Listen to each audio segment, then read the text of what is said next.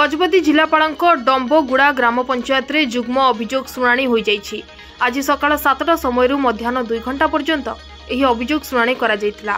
एही शुणाणी रे मोट 146 अभियोग आसितिबा बेले व्यक्तिगत 43 और सामूहिक भावे 103 गोटी अभियोग आसितिला। अधिकांश व्यक्तिगत समस्या मेडिकल रे चिकित्सा और भूमिहीनक आसितिला। सेपरि सामूहिक समस्या उपरे मुख्यतः पानीय जल, विद्युत, रास्ता, नेटवर्क भली अभियोग आसितिला।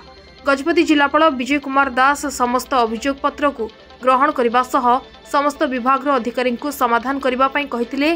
कार्यक्रम में गजपति एससीपी जतीन्द्र कुमार पंडा, उपजिलापाल अनूप पंडा सह समस्त विभागीय अधिकारी माने जोग देथिले।